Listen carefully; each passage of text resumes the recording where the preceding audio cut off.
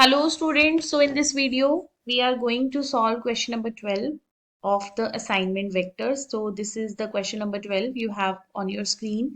The scalar product of vector A with the unit vector of vectors B and C is equal to 1. ठीक है, तो हमें यहाँ पर इस क्वेश्चन में लेना क्या है कि जो स्केलर का मतलब तो होता है डॉट प्रोडक्ट, राइट?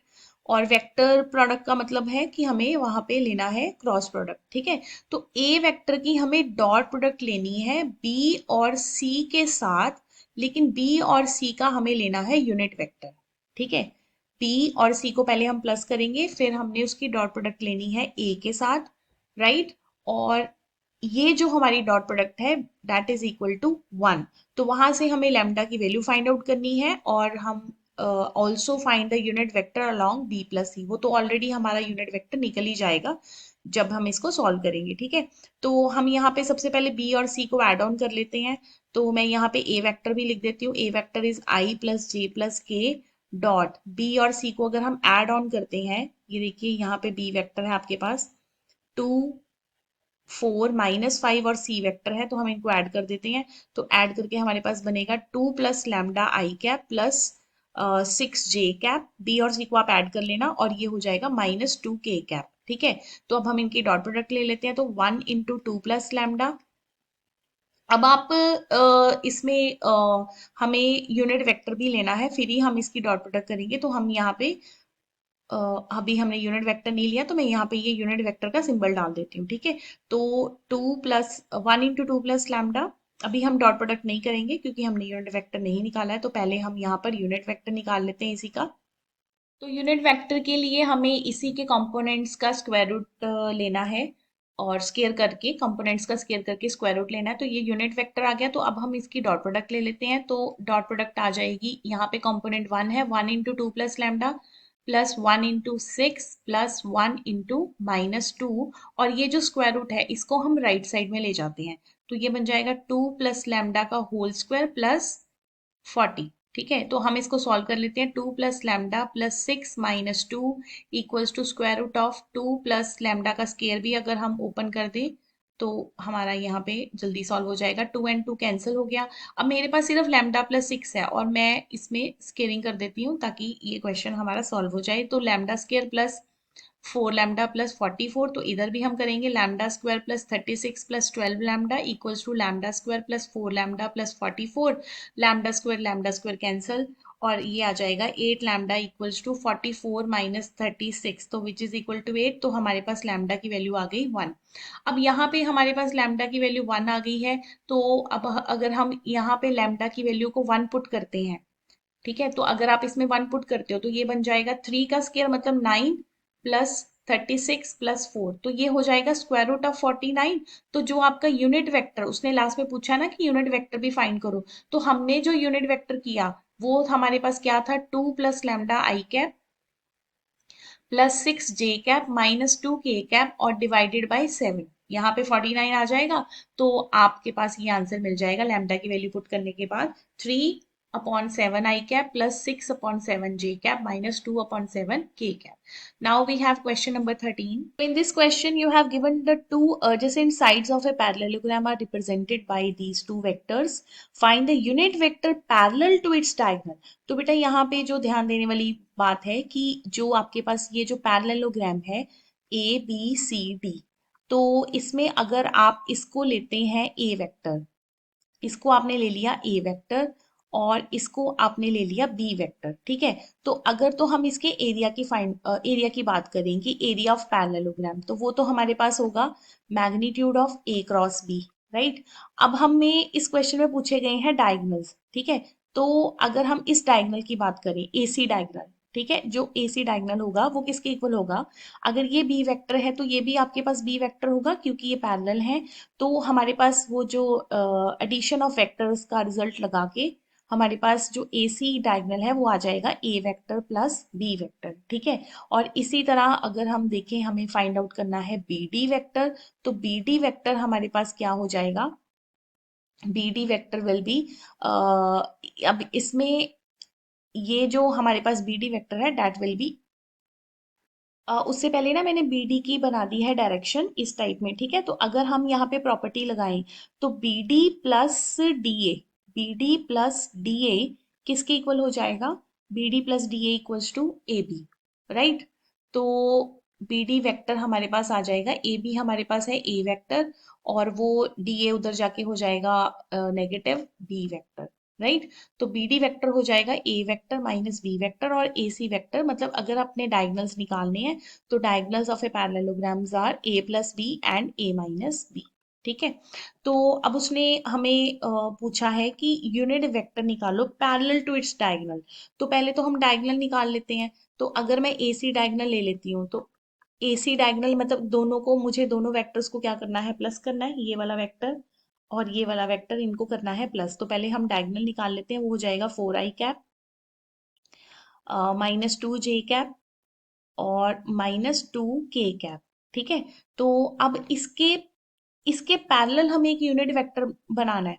तो मतलब कि अगर हम इसी का ही यूनिट वेक्टर निकाल लें तो मीन्स कि 4i minus 2j minus 2k divided by square root of 16 plus 4 ये हो जाएगा 24। तो 24 को हम क्या लिखेंगे? 2√6।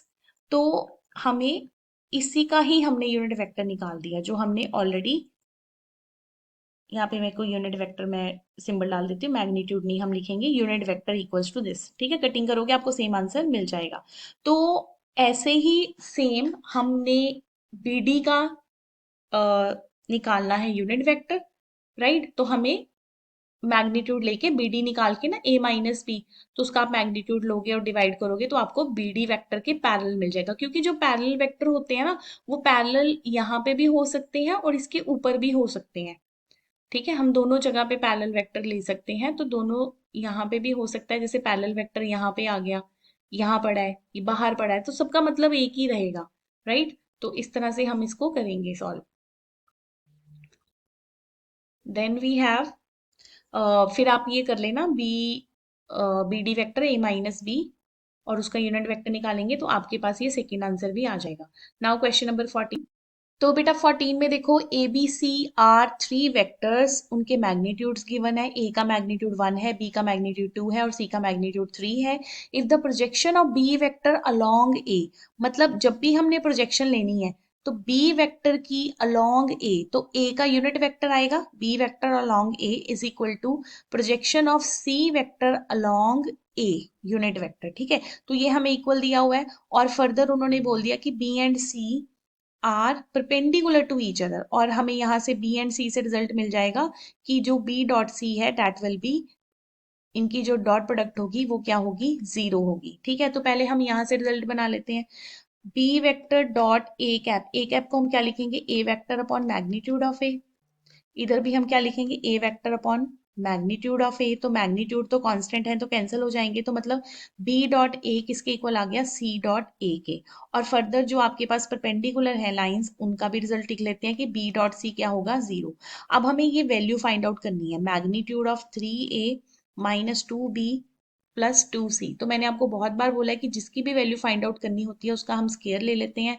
स्केयर का मतलब होता है कि हमने इसकी डॉट प्रोडक्ट करनी है इसके खुद से, इसकी डॉट प्रोडक्ट हम इसके खुद से करेंगे। तो अब आपको डॉट करना है, डॉट करके कर दो, नहीं तो आप सिंपल ए प्लस बी प्लस सी का होल स्केयर का फॉर्मूला भी लगा सकते हो। तो पर एक बार आपको लिखना पड़ेगा ये 9a² plus 4b² plus 4c², यहाँ पे आ जाएगा minus 12a dot B minus 8b.c, और लास्ट में आ जाएगा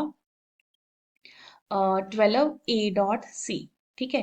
तो आप यहाँ पे जो रिजल्ट हमने किया था कि a डॉट बी और a डॉट सी दोनों क्या है? सेम है, मतलब a डॉट बी और a डॉट सी ये सेम है, तो मतलब ये कैंसिल हो जाएंगे, और b डॉट सी की वैल्यू कितनी है? जीरो। तो इसको हमने जीरो पुट कर दिया। तो मेरे पास सिर्फ यही बचा, 9 into magnitude of A square, 4 into magnitude of B square and 4 into magnitude of C square. तो a की वैल्यू हम पुट कर देंगे, ए हमारे पास 1 था, बी हमारे पास 2 है तो ये 4 हो जाएगा, और सी हमारे पास 3 है तो 9 हो जाएगा। 36 plus 16 plus 9, 36 plus 16 plus 9 that is equal to 61। तो ये जो सिंगल वैल्यू थी हमारे पास means magnitude of 3a minus 2b plus 2c, ये किसके इक्वल आ जाएगी, स्क्वायर रूट ऑफ 61 के, right. Next question number 16 sorry. Next है ABC are mutually perpendicular with equal magnitudes. तो आपको क्या गिवन है, magnitude of A, magnitude of B और मैग्नीट्यूड ऑफ सी, जिसको हम क्या ले लेंगे, एक्स, ठीक है, सबके मैग्नीट्यूड्स इक्वल हैं। तो अब आपको ये बताना है कि जो A plus B plus C, अगर आप तीनों को प्लस करते हो, is equally inclined to A B C, means कि हमें एंगल फाइंड करना है, एंगल बिटवीन किस में फाइंड करना है, A plus B plus C and A vector में। फिर हम फाइंड करेंगे A plus B plus C का एंगल फाइंड करेंगे बी वेक्टर के साथ, और A plus B plus C का हम एंगल फाइंड करेंगे सी वेक्टर के साथ, ठीक है। तो एंगल फाइंड करने के लिए हम यहाँ पे कॉन्सेप्ट कौन सा यूज करेंगे, डॉट प्रोडक्ट का। मीन्स कि मैं यहाँ, अच्छा एंगल भी मैं ले लेती हूँ, मान लो इसके साथ अल्फा एंगल बन रहा है, इसके साथ बीटा बन रहा है और इसके साथ गामा बन रहा है, ठीक है। तो डॉट प्रोडक्ट मुझे पता है ना, दो वेक्टर्स की डॉट प्रोडक्ट किसके इक्वल होती है, magnitude of A magnitude of B cos theta. तो हम ये वाला कॉन्सेप्ट इसमें यूज करेंगे यहाँ पे, ठीक है। तो हम सबसे पहले डॉट प्रोडक्ट ले लेंगे कि ए वेक्टर की डॉट प्रोडक्ट हम किससे लेंगे, A plus B plus C के साथ, जो कि किसके इक्वल आ जाएगी, magnitude of A magnitude of A plus B plus C into cos alpha, ठीक है। तो यहाँ से मेरे पास जो कॉस अल्फा है, अगर हम देखें मैग्नीट्यूड ऑफ ए तो हमारे पास एक्स ही है, और magnitude of A plus B plus C ये हमें फाइंड आउट करना पड़ेगा, या फाइंड आउट नहीं करेंगे तो यहाँ से ना हम कॉस अल्फा की वैल्यू निकाल लेते हैं। तो कॉस अल्फा हमारे पास क्या आ जाएगा, देखो कॉस अल्फा हमारे पास आ गया A dot A plus B plus C upon X, यहाँ पे जो मैंने ए मैग्नीट्यूड था उसको मैंने एक्स पुट कर दिया, ठीक है। और अब जब आप ए वेक्टर के साथ डॉट प्रोडक्ट लोगे तो ये तो बन जाएगा मैग्नीट्यूड ऑफ ए स्क्वायर, और इधर जब आप ए डॉट बी करोगे और ए डॉट सी करोगे तो डैट विल बी जीरो, क्योंकि उन्होंने बोला है कि सारे आपस में परपेंडिकुलर है। आपस में परपेंडिकुलर का मतलब ए डॉट बी जीरो होगा, बी डॉट सी जीरो होगा और ए डॉट सी भी जीरो होगा, ठीक है। तो ये बन गया मैग्नीट्यूड ऑफ ए स्क्वायर, बाकी सारे सारे हो गए जीरो, और नीचे डिनोमिनेटर में वो चीज एज इट इज आएगी, और इसको हम फिर x लिख देंगे, तो x square upon x magnitude of A plus B plus c, ठीक है। तो ये मेरे पास कॉस अल्फा की वैल्यू आई है। अब इसी तरह हम अगर नेक्स्ट एंगल भी देखें तो कॉस बीटा किसके इक्वल हो जाएगा, बी डॉट डॉट ए प्लस बी प्लस सी अपॉन अपॉन एक्स ही आएगा, मैग्नीट्यूड ऑफ बी मतलब एक्स, चलो मैं मैग्नीट्यूड ऑफ बी लिख देती हूँ, और magnitude of A plus B plus c. तो यहाँ पे भी जब आप डॉट प्रोडक्ट लोगे तो ये क्या बनेगा, magnitude of b square upon, यहाँ पे एक्स लिख लो तो a plus B plus c, और इधर भी आपको सेम ही आंसर मिल जाएगा, x upon magnitude of A plus B plus c. तो सिमिलरली करके हम थर्ड वाला भी लिख देते हैं, सिमिलरली कॉस बीटा किसके इक्वल हो जाएगा, अगेन आप सोचने की जरूरत नहीं है, वो भी यही आएगा, x upon magnitude of A plus B plus c. तो आप लिख दोगे therefore cos alpha equals to cos beta equals to cos gamma, hence angles are equally inclined.